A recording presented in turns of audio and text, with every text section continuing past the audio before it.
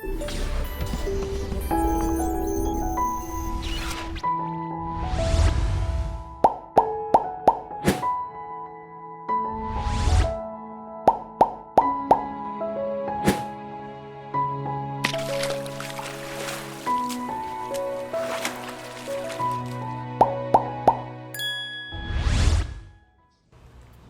Natália, boa noite, tudo bem?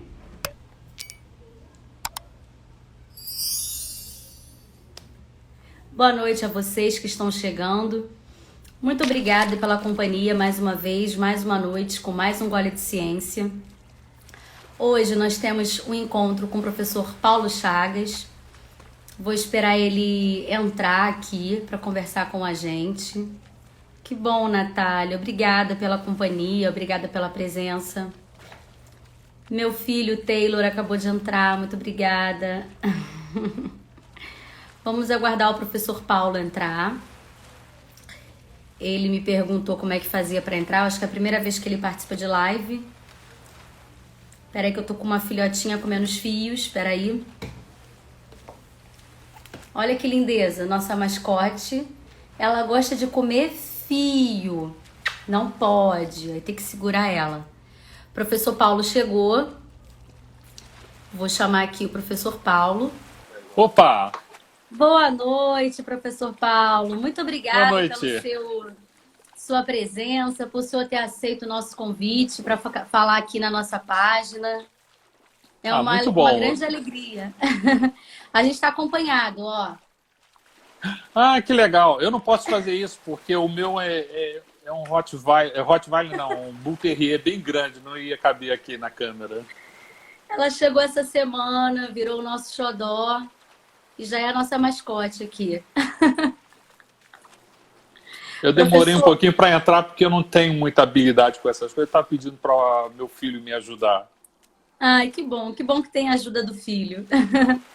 Bom, então muito obrigada quem está chegando. Boa noite, professor Paulo. Muito obrigada mais uma vez por ter aceito conversar aqui com a gente. Deixa eu botar aquela no chão. Não come o fio, tá bom? Ela tá comendo fio. Ai, ai. E aí, o senhor tem muita coisa para falar da sua experiência na docência, no ensino de química e toda a sua trajetória. E a gente sempre começa o nosso papo pedindo para o nosso convidado dizer se ele era uma criança curiosa. Porque quando a gente vai fazer a faculdade de química ou das ciências, do modo geral, os professores sempre falam para a gente que a gente tem que ter curiosidade. Se a gente não for Sim. curioso, a gente não vai ser um bom cientista. A gente sempre ouve isso de um monte de professor. Você era um menino, uma criança, enfim, curioso. E aí você já pode emendar falando da sua formação, o que você estudou, onde você estudou, qual foi a sua formação. E aí a gente vai batendo uma bola. Tá bom. Primeiro, é um prazer enorme estar aqui com você, né, e com todos, né, que estão aqui nos assistindo. Eu tenho um pouco de experiência já, né? Vou fazer ano que vem 35 anos de magistério, então acho que já é um bom tempo, né? Sobre a sua pergunta, eu quando comecei, quando eu era criança, né? Eu sempre fui curioso, sempre gostei de mexer nas coisas. Meu avô, ele era técnico de rádio, ele consertava aqueles rádios antigos. E de vez em quando ele me dava aqueles rádios e eu desmontava aquilo lá, ficava vendo desmontar para ver se voltava a funcionar. Essas coisas assim de criança, né? E eu sempre gostei disso, de montar e tentar remontar. E aí aquela velha história, né? Sempre sobra alguma coisa, sempre alguma coisinha fica de fora, né? E na química que é mais curioso, por acaso eu estava tomando café agora de tarde com a minha esposa, a gente estava batendo um papo, eu estava me lembrando de algumas coisas, e aí eu falei que quando eu era novo, né, eu devia ter talvez uns 8, 9 anos, eu ganhei, e isso daí foi tirado de venda, eu não sei se isso voltou, mas era uma caixa que era o laboratório de química, né? E eu ganhei aquilo lá de presente com meus 8, 9 anos de idade, e eu achei aquilo fantástico, que você misturava você misturava duas coisas incolores e ficava colorido, ou então você tinha duas coisas coloridas e misturava e ficava incolor, né? E aquilo era uma coisa fantástica, você queimava as coisas, você acendia fogo, e foi assim, e aquilo lá despertou, né, aquela paixão, porque eu acho que o que nos move é a paixão, né? Então, quando você tem essa paixão, isso daí faz diferença. E eu me lembro também que foi mais ou menos em 1975, 76, um pouco antes, não, acho que foi, mais ou menos por essa época, a década de 70. Eu me lembro que o Brasil fez o acordo nuclear com a Alemanha. E naquela época se falava de usina nuclear, que vai se construir uma usina nuclear em Angra dos Reis. E eu era garoto, eu ficava impressionado, e eles falavam que a usina atômica vai gerar energia a partir dos átomos. Eu fiquei assim, nossa, o que será isso? E aquilo me encantou, né? Eu comecei a pensar, eu tinha mais ou menos uns 12, 13 anos, quando eu comecei a pensar em fazer química. E o meu sonho na época era fazer química atômica. Eu não sabia nem o que era isso, mas eu vou ser um químico nuclear, né? Eu vou ser um químico nuclear. E a partir daí que eu comecei a ter essa paixão pela química. No ensino médio, né, na minha época era o segundo grau, eu fiz aqui em Niterói, né, eu sou daqui de Niterói, eu fiz no liceu e na época existia o curso profissionalizante de química. É o colégio estadual? O liceu estadual? Sim, o liceu é estadual. Até hoje é uma referência aqui em Niterói, é um colégio excepcional. Ele se chama Nilo Peçanha, justamente em homenagem ao presidente Nilo Peçanha, que instituiu o ensino técnico no Brasil, né? E é um colégio lindo, né, professor? Sim, sim. Ele, ali no centro de Niterói, ele é um prédio, assim, secular já, né? E ele tem ali toda aquela região, você tem ainda, você tem a Praça da República, você tem a Biblioteca Municipal, a Câmara dos Vereadores, que na época era a Câmara dos Deputados, né? Porque Niterói era a capital do estado, né? Isso faz tempo, viu? E aí eu estudei ali no liceu e era o curso profissionalizante, porque teve uma reforma educacional onde o ensino médio era profissionalizante em várias áreas. E eu escolhi a química, né? Eu já era apaixonado pela química e fiz esse curso profissionalizante. E nós tínhamos aulas de química lá no liceu. O professor Boquimpani, que foi uma pessoa maravilhosa, e que eu tive aula com ele, o professor Ledi, tantos professores que marcaram a nossa vida, né, no ensino médio. E aí eu fiz vestibular, e fiz vestibular para a própria UF, porque na época o vestibular era o único, o Sesgran Rio. Eu fiz vestibular para a UF e passei para Química na UF, para a licenciatura, porque com o passar do tempo, eu comecei a perceber que química nuclear não era bem o que eu queria química, mas química nuclear era alguma coisa assim muito, muito estratosférica para mim, né? Eu pensei assim, como eu gosto de ensinar, desde novo eu sempre gostei dessa coisa de dar aula, ensinar, eu comecei na licenciatura na UF. E uma coisa que eu quero falar aqui, deixar bem claro, eu entrei por opção, não por falta de opção. Me incomoda, por exemplo, eu escutei há pouco tempo o nosso ministro da Educação, né, o responsável por conduzir a educação no país, falar que muitos professores entram por falta de opção, entram apenas por entrar. Eu acho isso um absurdo o que ele falou e como ele se postou nessa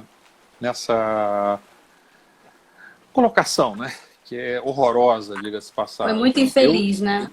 Extremamente infeliz. Eu optei por ser professor e tenho orgulho do que eu sou. Como eu disse, eu vou, daqui a alguns meses, né, em março do ano que vem, eu vou fazer 35 anos de magistério e eu sou orgulhoso do que eu faço. Eu tenho prazer no que eu faço, né? Não é demérito algum, pelo contrário. É, aí você vê como é que é a questão de países que investem seriamente em educação. A Finlândia, que hoje é tido como um modelo de educação, quando você tem aquela mudança do ensino médio para o superior, uma das carreiras mais desejadas pelos finlandeses, pelos jovens finlandeses, é o magistério. E aí, quando o cara não consegue passar por um curso de magistério, né, superior na Finlândia, ele fica tão decepcionado que ele vai ter que fazer alguma outra coisa, vou ter que fazer medicina, ou direito, ou engenharia, porque eu não consegui fazer magistério, né? E aqui a gente tem uma inversão de valores, né? A gente esquece que o professor é fundamental num país, na educação. E eu passei alguns anos lá na UF, né? Eu morava perto da faculdade, então para mim era extremamente prazeroso ir para a faculdade, porque eu ou ia a pé, ou ia de bicicleta. Então foi uma experiência maravilhosa. Eu tive vários colegas, até hoje eu tenho contato com muitos colegas, isso é muito bom, né? Maravilha. Diga. E aí, depois que você fez a licenciatura, você partiu para lecionar em colégios públicos, privados, ou resolveu partir para uma pós-graduação? Como é que foi a sua trajetória? Que o professor não para de estudar, né? A gente está Sim. sempre naquela formação docente continuada. Como é que foi a sua Isso. trajetória? Eu digo que desde que eu me entendo por gente, eu nunca saí de sala de aula como aluno. Como aluno. Até hoje eu faço curso, eu me preparo, sabe? Porque eu acho que é extremamente importante. Quando eu me formei, obviamente, né, eu venho de uma família que é de classe média baixa, eu tinha que trabalhar para me sustentar. Inclusive, na própria graduação, eu já trabalhava, dava aula e também era estagiário, me virava, né? E assim que eu me formei, eu comecei a trabalhar numa escola particular em Teresópolis, ao mesmo tempo fiz concurso para o Estado, né? E também passei para Teresópolis, que era uma cidade para onde eu queria me mudar, né? Eu me casei novo, e eu e minha esposa estávamos pensando em nos mudarmos para Teresópolis, né? Então eu comecei a trabalhar em Teresópolis, em duas escolas particulares lá, e no concurso que eu fiz também para o Estado, que eu fiz para lá também, morando em Niterói. Então eu ia para lá praticamente todo dia, saía de madrugada de Niterói, apesar de não ser tão longe, mas é uma hora e meia de ônibus, né, até Teresópolis. Eu acordava às 4:30 da manhã para ir para lá, né? Na verdade, essa é a minha segunda experiência, porque a minha primeira experiência, estou me lembrando aqui, ainda na graduação, eu comecei a dar aula em Itaperuna. Eu saía daqui de Niterói às 11 horas da noite de quinta-feira, chegava lá às 6 horas da manhã de sexta-feira, dava aula de 7 da manhã, meio-dia, depois de 1 até às 6, e depois de 7 às 11, corria para a rodoviária para pegar ônibus de 11:30 para voltar para Niterói, né? Fazer uma verticalzona. Sim, era aquela coisa assim, era novo, né? Eu devia ter 21, 22 anos, a gente topa tudo, né? Aceita tudo, tá maravilhoso, né? Hoje, só de pensar em fazer uma viagem dessa, eu já me sinto cansado, né? E aí eu fiquei lá em Teresópolis durante algum tempo, e ao mesmo tempo eu fiz a especialização em ensino de ciências na UF. Eu fui aluno da primeira turma do curso de especialização de ciências da UF. Fui orientando da professora Tânia Santa Rita, e a coordenadora na época era a professora Déia Coutinho, né, que inclusive foi paraninfo da minha turma. Sim, a Ela é Déia. maravilhosa. Sim, Nossa. ela foi minha professora, foi minha mentora, posso dizer assim, porque nós conversávamos muito, um amor de pessoa.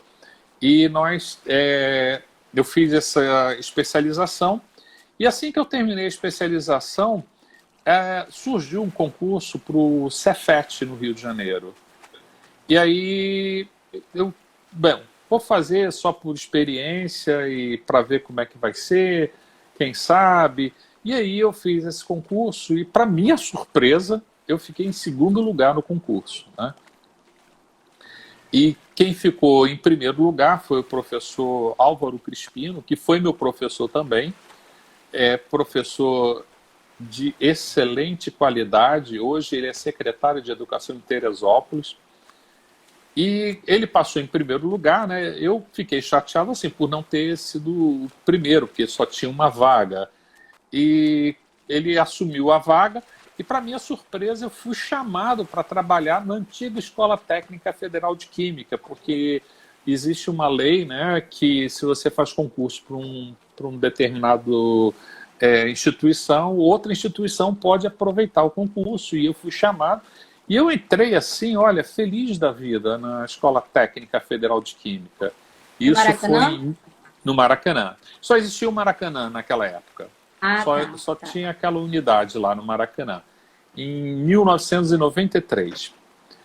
E aí eu entrei lá e lá eu construí a minha carreira. Eu acabei abandonando aquele sonho de ir para Teresópolis, saí das escolas que eu dava lá e desde então, desde 1993, eu sou professor de dedicação exclusiva no IFRJ, né, que se transformou, era escola técnica, passou a ser Cefet Química e depois virou instituto. E lá dentro eu só tinha graduação, né? Eu fiz mestrado em Química na PUC. A professora Judith Feldman foi a minha orientadora. Terminando lá, eu voltei aliás, nunca saí de sala de aula e me dediquei às atividades na escola, orientação de projeto, tudo mais. Eu achava que o mestrado era um pouco mais distante para mim e eu preferi me dedicar na escola, né? Tanto é que eu cheguei a coordenador, eu fui até diretor de campus, né, durante algum tempo. E durante quase 10 anos que eu fui diretor, isso. E nesse paralelo eu acabei fazendo o curso de Direito também, porque Direito é uma coisa extremamente importante, né? E ao final do período da gestão, né, que eu fui diretor, resolvi fazer doutorado, só que aí eu preferi fazer doutorado em educação, porque educação é a minha área, né? Química, educação em química, ensino de química, e eu trabalhei com representações sociais sob a orientação do professor Pedro Humberto, lá na Unesa. E foi assim uma coisa assim maravilhosa para mim. Certo. E o seu trabalho de doutorado foi falando um pouquinho sobre as Olimpíadas de Química, sim? Sim, Você quer falar um pouquinho para a gente? Lógico, eu comecei a trabalhar com as Olimpíadas de Química em 1996,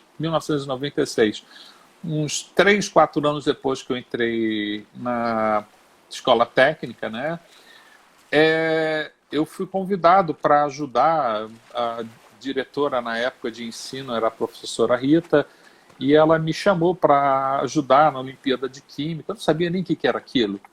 E aí, a partir daí, eu comecei a me envolver com as Olimpíadas de Química, e desde então, né, eu participo das Olimpíadas de Química. Já viajei por conta disso para Costa Rica, já fui para Argentina, já fui México, Austrália, bem, por conta das Olimpíadas. E isso daí, né, a gente acabou se envolvendo no início, era uma coisa muito incipiente, né, a gente ficava correndo atrás das pessoas pedindo para ajudar, não, por favor, faz essa prova aqui, pedia para aluno, chamava professor para ajudar, e era uma coisa assim muito... Hoje, nós crescemos tanto, né, tanto a Olimpíada de Química do Rio de Janeiro, do qual eu sou coordenador geral, como a Olimpíada Brasileira de Química, que eu faço parte do comitê científico, nós crescemos bastante. Hoje nós temos, assim, milhares de pessoas participando. E dentro disso, né, já que eu me envolvi tanto com a questão das Olimpíadas de Química, o meu projeto de doutorado em educação foi justamente sobre a questão das Olimpíadas de Química, para tentar entender o que leva uma pessoa a participar de uma Olimpíada de Química, de coordenar, porque o meu trabalho foi mais junto com os coordenadores da Olimpíada, porque nós não recebemos nada, nós, pelo contrário, nós recebemos muitas críticas. Tem gente que fala que isso é um absurdo, você está levando as pessoas a competirem. Não, não é isso. O que nós queremos é despertar uma paixão, porque as pessoas despertam paixão com essas coisas, né? E a Olimpíada de Química entrou assim na minha vida e virou assim parte da minha vida nesse tempo todo. E o meu doutorado foi justamente sobre isso. Qual é a visão que os coordenadores têm da Olimpíada de Química, né? E é muito interessante, porque a pergunta principal que a gente fez no doutorado, né, tem várias coisas sobre o que é a Olimpíada de Química, o que ajuda. Aí eu perguntei para os coordenadores o seguinte: se a Olimpíada de Química fosse uma reação química, qual que ela seria? Isso é interessante, porque as pessoas não param para fazer esse tipo de associação. E as respostas são as mais curiosas possíveis, né? É uma reação de dupla troca, é uma reação de síntese, é uma reação de Sanders, e tem as várias respostas. Em cima disso, nós fizemos uma avaliação que foi muito positiva. Certo. E você acha que essas críticas, hoje, sobretudo no tempo que a gente está vivendo, né, que não é a favor dessas competições, você acha que essas críticas são construtivas ou destrutivas? Como é que você encarou, como é que você encara esse tipo de abordagem? Olha, se a gente estivesse fazendo uma competição assim que a gente excluísse as pessoas, eu acho que isso realmente seria algo complicado, né? Mas pelo contrário, o que nós fazemos na Olimpíada de Química, aliás, em todas essas Olimpíadas de conhecimento, né? Nós, por exemplo, trabalhamos com a Olimpíada de Química do Rio de Janeiro, a Olimpíada Brasileira de Química, a Olimpíada Brasileira de Química Júnior, a Olimpíada Nacional de Conhecimento. Nós também temos trabalhamos junto com o pessoal da Olimpíada Brasileira de Química de Ensino Superior. Essas Olimpíadas, se elas fossem excludentes, aí eu concordaria, realmente não vale a pena. Mas o nosso interesse é justamente incluir as pessoas participarem, perceberem que aquilo lá é agradável, é bom, faz bem, sabe? E nós tem alunos que participam que nunca tinham estudado química e, de repente, descobrem uma paixão pela química. Puxa, que legal! Eu comparo, inclusive eu faço esse tipo de comentário na minha tese, é que quando a gente tem assim, as Olimpíadas esportivas, né, a gente vê não só Olimpíadas esportivas, mas outros campeonatos, campeonato de surf, de tênis, de basquete. Às vezes você assiste um jogo daquele, você se empolga e você se descobre naquilo, né? Eu me lembro na época do Gustavo Kuerten, né, o Guga, né, que ele foi campeão Roland Garros. Houve assim, uma explosão de escolas de tênis, pessoas querendo fazer, e ninguém falou assim, isso é um absurdo, porque vai gerar... Não, sabe, desperta. De repente a pessoa não sabia que aquilo existia e descobre que tem uma paixão. O jogo de vôlei, né? Até a década de 80, o vôlei era pouquíssimo praticado, você tinha algumas coisas assim, mas quando chegou a geração de prata, acho que em 1984, se eu não me engano, em Los Angeles, aquilo lá foi um boom no Brasil, que você começou a ter campeonato, você despertou pessoas e gente fazendo esse tipo de esporte, né? Hoje, por exemplo, eu pratico, assim, não como atividade esportiva, mas apenas para atividade física mesmo, né? Para manutenção. Eu faço canoa havaiana, eu acho maravilhoso acordar cedo e ir lá remar. E hoje a gente vê assim, muita gente fazendo isso exatamente pela questão do bem-estar, que faz bem. E ninguém fica nessa coisa assim, essa coisa vai despertar essa competição, essa competitividade. Não, o nosso interesse não é esse. O nosso interesse é justamente despertar paixão, despertar vontade. O Brasil hoje tem carência de cérebros, principalmente nessas áreas. A química é uma área extremamente importante para o nosso país. Se nós não tivermos cérebros suficientes que possam desenvolver a indústria, o agronegócio, o pessoal fala do agronegócio, que o Brasil tem a vocação do agronegócio, sem química não existe agronegócio, você precisa ter a química nisso. O Brasil é um grande produtor na cadeia petrolífera, nós precisamos de cérebros assim, que possam estar preparados. E como é que a gente vai descobrir esses cérebros? A gente precisa incentivar. Sim, eu concordo. Tanto concordo que entrei para ajudar, né, professor? A pergunta foi uma pergunta retórica. Eu entrei através da Luísa, que a gente trabalhava juntas num colégio. Um amor de pessoa. Um amor, uma querida. Eu adorava dividir ela dava Química 2, eu dava Química 1. E eu amava fazer esse bate-bola com ela. Depois ela saiu da escola.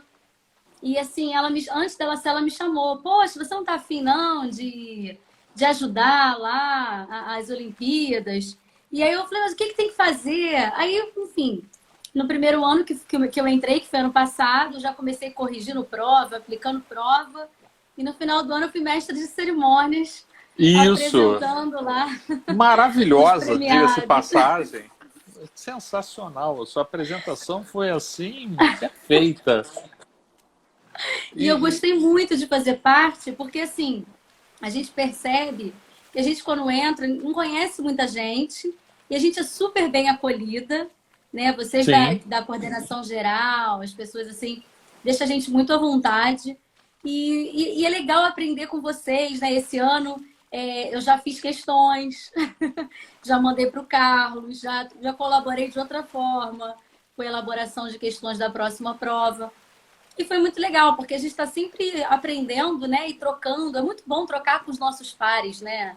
Eu acho isso muito rico, porque assim, quando a gente troca com os nossos colegas de área, a gente está sempre se colocando, botando as nossas certezas para baixo. A gente não tem muita certeza na área da ciência, a gente tem muitas dúvidas.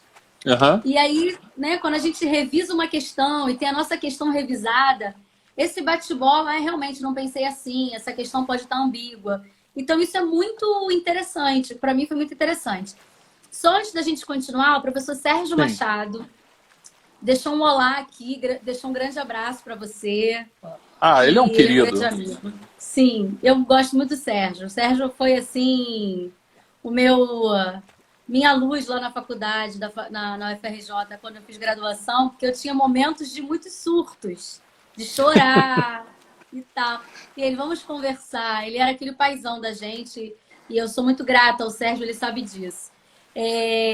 Muitas pessoas aqui entrando. O Grilo entrou, deixou um grande abraço também, professor Grilo. Outra pessoa querida demais. Ele sempre participa aqui com a gente. E, enfim, professor, atualmente o senhor não está mais no IFRJ aqui no Maracanã. Não, eu já saí há 15 anos. E por que você fez essa troca? Foi em 2007, 2007, foi acho que 2006, 2007, eu não me lembro exatamente a data, mas foi a época em que o ex-presidente Lula ele determinou a expansão da rede federal, né?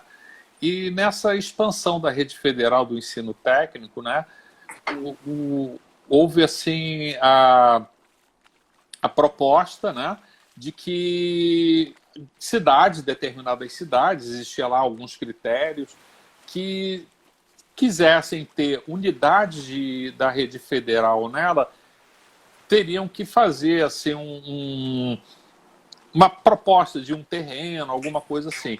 E aí, São Gonçalo, eu moro em Niterói, São Gonçalo é aqui do lado, né?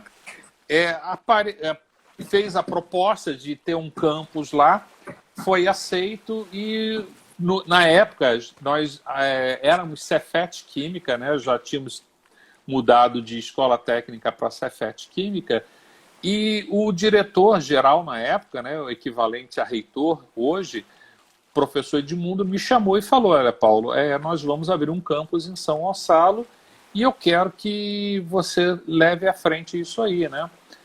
Aí eu fiquei naquela assim, bom, vamos abrir uma escola, beleza, como é que a gente faz isso, né? E aí nós tivemos inúmeras reuniões, foi assim uma história muito interessante. Nós começamos a escola lá em São Gonçalo, praticamente não, foi do zero mesmo, né?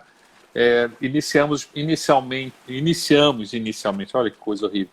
Inicialmente começamos dentro de dependências de uma escola municipal. Nós ocupávamos 3 salas lá, 2 salas de aula e uma administrativa, e depois começamos com o nosso prédio próprio, né? E aí eu fiquei lá como diretor de implantação, depois diretor-geral, por cerca de 9 anos, se não me falha a memória. Nós tiramos do zero e conseguimos colocar uma unidade lá em São Gonçalo. Quando terminou o meu período de mandato, né, eu poderia retornar para o Maracanã, né? Mas eu preferi ficar em São Gonçalo, além de ser mais próximo da minha casa, né, bem mais próximo, eu criei um vínculo afetivo com a instituição e também com as pessoas, né, os alunos, os professores, os técnicos administrativos.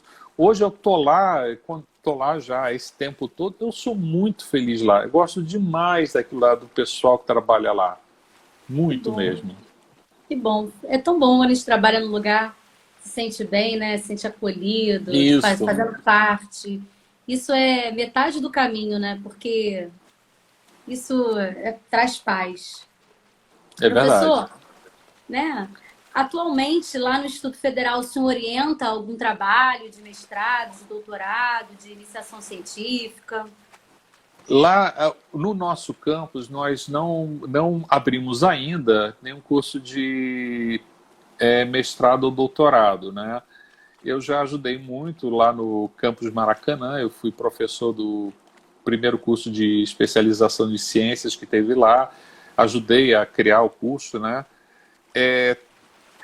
Mas em São Gonçalo nós não temos ainda. Então eu faço muito a orientação de discentes, né? De alunos, e que é mais interessante é o seguinte, muitas vezes, porque a minha área é mais educação em química, eu gosto muito dessa parte, e de história da química também, e química do cotidiano. O que é mais interessante é que os alunos muitas vezes me chamam assim: a gente quer que você oriente a gente. Eu falo: tá, mas o que vocês querem? A gente teve uma ideia. Então vamos fazer junto. E, infelizmente, né, esse ano foi muito atípico, essa questão da pandemia. Na semana que nós teríamos, eu tenho um grupo maravilhoso de 6 ou 7 alunos que trabalham comigo. A gente estava fazendo um trabalho querendo ver a questão ambiental em São Gonçalo, de algumas indústrias químicas, e nós começamos a fazer algumas visitas. E na terceira semana que a gente ia continuar a fazer algumas visitas, começou a pandemia, foi tudo suspenso, e como o nosso trabalho era justamente dentro das fábricas, nós tivemos que suspender, e estamos aqui aguardando para saber o que vai acontecer nas nossas vidas daqui para frente, né? Mas eu sempre trabalhei nessa parte de química do cotidiano, história da química. Sempre gostei muito dessa área, né? Eu também acho muito interessante. Ontem eu fui convidada para falar na UFAM, na Federal da Região Amazônica, né? E eu tenho um amigo que fez mestrado comigo e ele passou para lá. E ele está lá já tem um tempinho, desde 2011. E ele me chamou para falar numa disciplina que ele está dando, eletiva de História da Química. E ele dizia assim, essa disciplina devia ser obrigatória. Por que História da Química não é obrigatória nos cursos? Ela acaba sendo eletiva, né? E aí muita gente defende que não precisa. Mas assim, eu acredito que para a gente poder pensar a ciência para o futuro, é fundamental a gente entender como é que pensaram antes de nós. Até para a gente Exatamente. entender como que foi o caminho do propor as coisas novas, né? Você também não acha isso, professor? Sim, sim. Eu acho que isso é um mal que nós, brasileiros, padecemos. Nós não conhecemos a nossa história. Como nós não conhecemos a nossa história, nós acabamos repetindo os mesmos erros. Erros. E na questão da química, a mesma coisa. Quando nós não conhecemos a história da química, a gente não percebe a grandiosidade das coisas. Inclusive porque a química ela é separada, né, por uma questão mais didática, ela é separada. A química geral, a físico-química, a inorgânica, a orgânica, a analítica. Mas nós que já nos formamos e já passamos por isso tudo, a gente percebe claramente que a química é uma só. Que é uma só. Então a gente não precisa ter esse tipo de separação.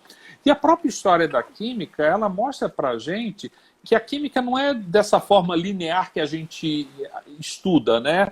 Parece que tudo veio de uma forma assim bem linear, bem arrumadinha, e a gente percebe que não, que na verdade é na história da química que a gente vê que as coisas foram surgindo, né, em vários lugares, de várias formas, e que foi necessária uma construção, né, uma construção coletiva nisso daí.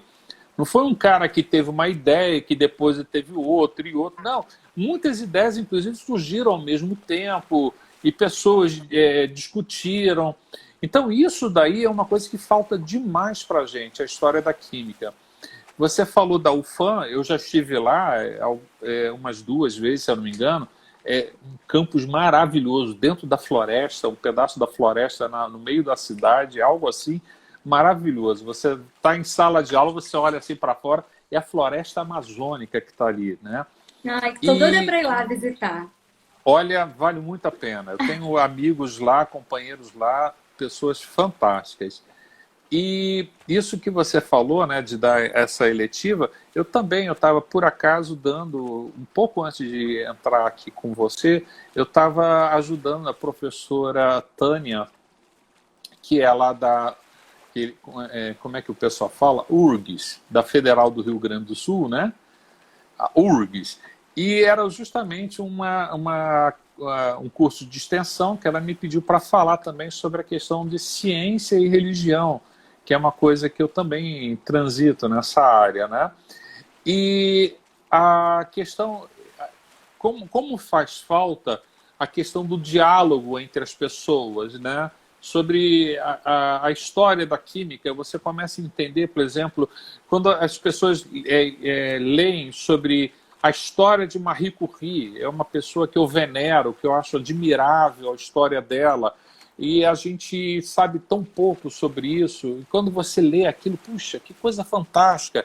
E aí quando você faz um curso desse, de ciências e religião, olha que coisa, ciências e religião, o que tem a ver? É quando você começa a ver, sua mente abre, né?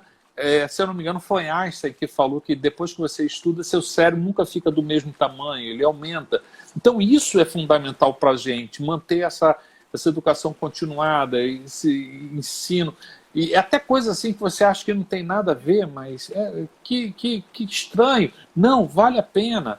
A gente, uma vez eu dei um curso de Química e Literatura.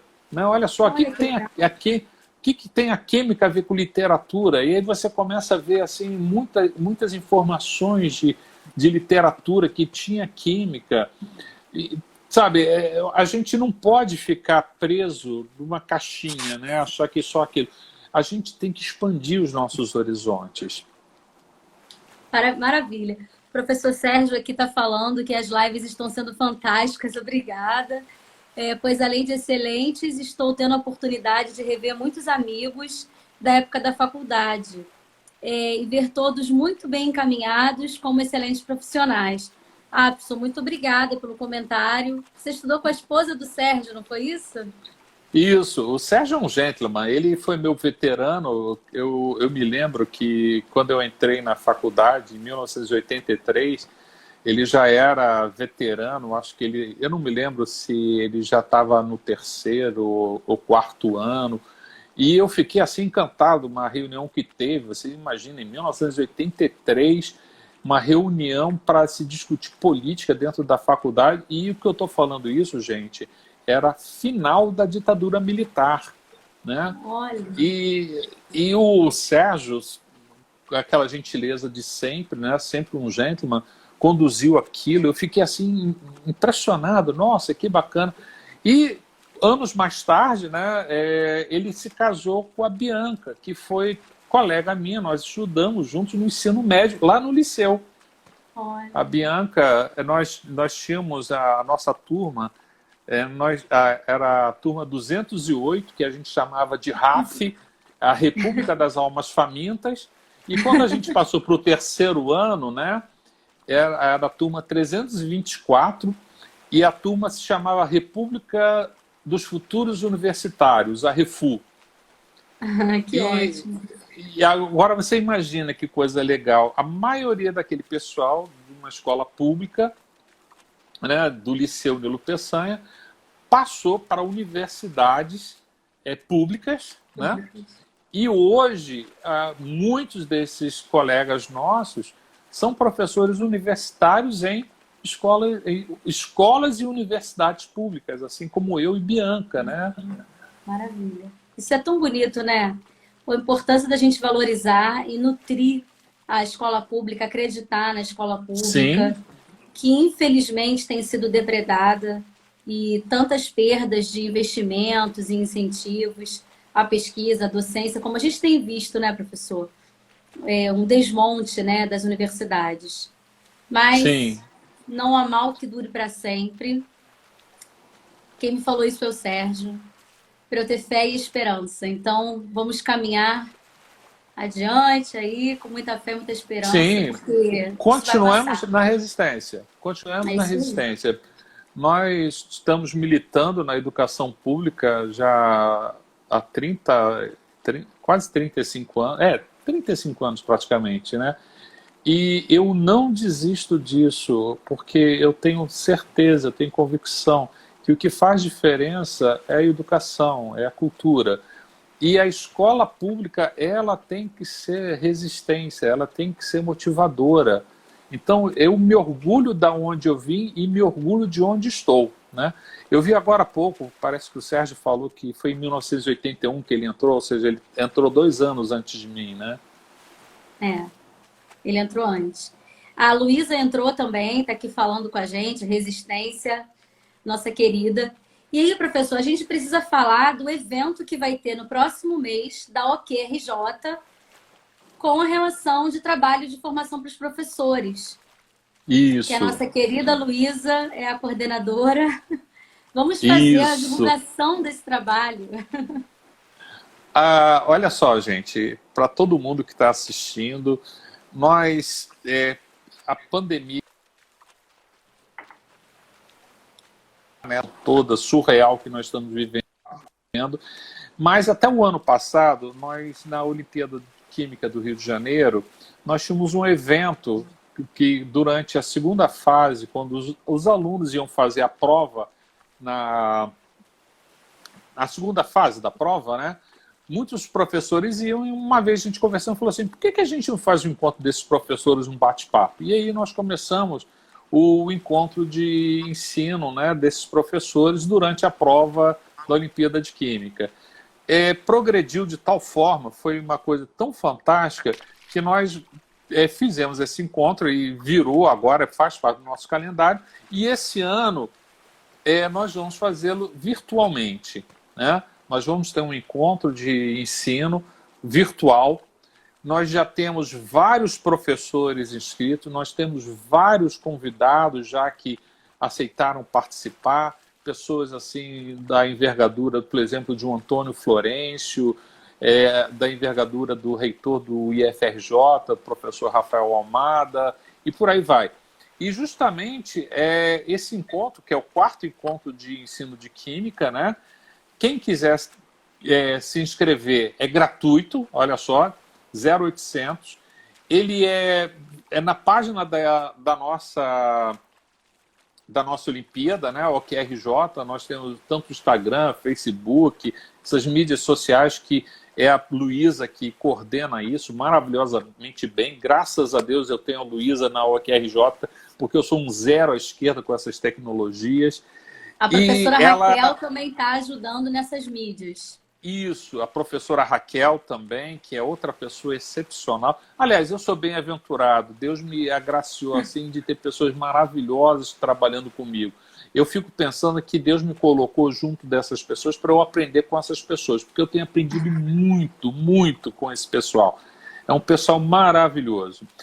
Só um comentário, a minha esposa colocou aqui: a mente que se abre a uma nova ideia jamais voltará ao tamanho normal. Eu vi que ela colocou aqui. Eu estou vendo que ela está participando disso. Sim. Também. Um beijo, minha esposa Lili. Muito bom. A Luísa escreveu aqui que vai ser a partir do dia 15 de novembro, o quarto encontro para professores, né, do ensino de Química da UQRJ. As inscrições já estão abertas na página da UQRJ.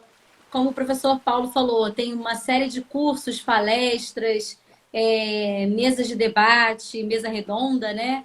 Então tem muita coisa para a gente trocar aí. Então todos os professores do Brasil todo, né? Não precisa ser só do Rio de Janeiro, porque esse ano vai ser remoto. Exatamente. Me corrigiu aqui. As inscrições abrem dia 15 de novembro do próximo mês. Obrigada. Isso. A página da OQRJ me corrigindo. Muito obrigada. Trabalho em equipe. E a gente precisa aí divulgar, porque tem como o professor Paulo falou, muita gente legal, com muita experiência na área de ensino de Química. E a gente só tem a aprender, né? Trocar essa reciclagem, né, de informações. E aí, professor, a gente pode concluir falando aqui, né, na nossa última perguntinha. Infelizmente, o nosso tempo está acabando. Passa rápido, né? Sim, olha. Muito rápido, né? Deixa a Luísa até lá, a programação completa será divulgada. Então, até o dia 15 de novembro, a programação completa do evento vai estar divulgada aqui. Regis falou que vai participar. Ele é do Instituto Federal do Ceará. E ele disse que lá, História da Química é matéria obrigatória. Olha que maravilha. Isso, a gente tem que tornar isso obrigatório. Muito bom. Professor, para a gente concluir, fala um pouquinho sobre a importância de se fazer formação docente continuada. Por que a gente nunca pode parar de estudar? Gente, eu imagino estar falando para os meus pares, né, colegas, tanto novos como antigos, né, e não tem como a gente parar, né? Se a gente para, eu imagino que a nossa a vida de estudos, né, de ensino-aprendizagem, porque isso é uma coisa que a gente anda sempre em paralelo, o ensino e a aprendizagem, a gente ao mesmo tempo ensina, ao mesmo tempo aprende. Inclusive uma das frases mais lindas que eu conheço é aquela do Grande Sertão Veredas, que de Adorim fala para Manuelão, né? Mestre é quem de repente aprende, né? Então, se você quer ser mestre, você tem que aprender, e aprender sempre. E se você para de estudar, é mais ou menos quando você está subindo uma escada rolante pelo lado contrário, né? Você está subindo naquele esforço de conquistar alguma coisa. Quando você para, na verdade, você não fica parado, você volta para trás, né? Então, esse nosso esforço contínuo, né, de aprender, de poder transmitir e receber ensinamentos, isso daí é fundamental. Então, eu incentivo a todos, a todas, né, nessa questão da formação continuada. Gente, nós somos eternos aprendizes, somos eternos alunos. Como eu falei agora há pouco, eu, desde que me entendo por gente, e faz tempo isso, eu não me vejo fora de sala de aula como aluno, né? Como professor, daqui a pouco eu vou até sair, posso me aposentar, mas como aluno não, eu quero continuar estudando, aprendendo, né? Aumentando essa nossa visão. Eu tenho uma colega que fala que professor que trabalha com jovens é meio que uma profissão meio vampiresca, porque a gente está sempre puxando a energia, da juventude, isso faz a gente Sim. reviver, né? Remoçar.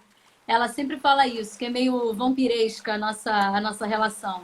Porque eles sempre têm uma gíria nova para ensinar, um aplicativo novo, sobretudo nessas mídias digitais, né? Nesse momento que a gente está em ensino híbrido, eu já voltei presencialmente para algumas instituições que eu trabalho e tem sempre algum caminhozinho ali que eu ainda não peguei. Eles, professor, é aqui que clica, é aqui, joga para lá. Eles estão Isso. sempre me salvando, né? Isso, Isso é sempre. muito Há interessante. pouco tempo eu estava dando mais aulas de química online, né? E aí eu comprei uma mesa digitalizadora para ajudar. Eu não sabia o que fazer, como é que fazer, eu só sabia ligar. Pronto, liguei, e agora? Aí uma aluna chegou assim, professor, faz o seguinte, faz isso. Ela foi me ensinando, gente, que coisa maravilhosa aprender com esse pessoal. Né? Sim, Você sim. falou vampirismo, mas eu acho que é sinérgico, porque ao mesmo tempo que a gente recebe, eles recebem também, existe uma troca nisso Uma daí, né? troca. É, sim, com certeza. Professor, faz um sorriso para eu tirar uma foto, que a gente sempre faz uma foto no final.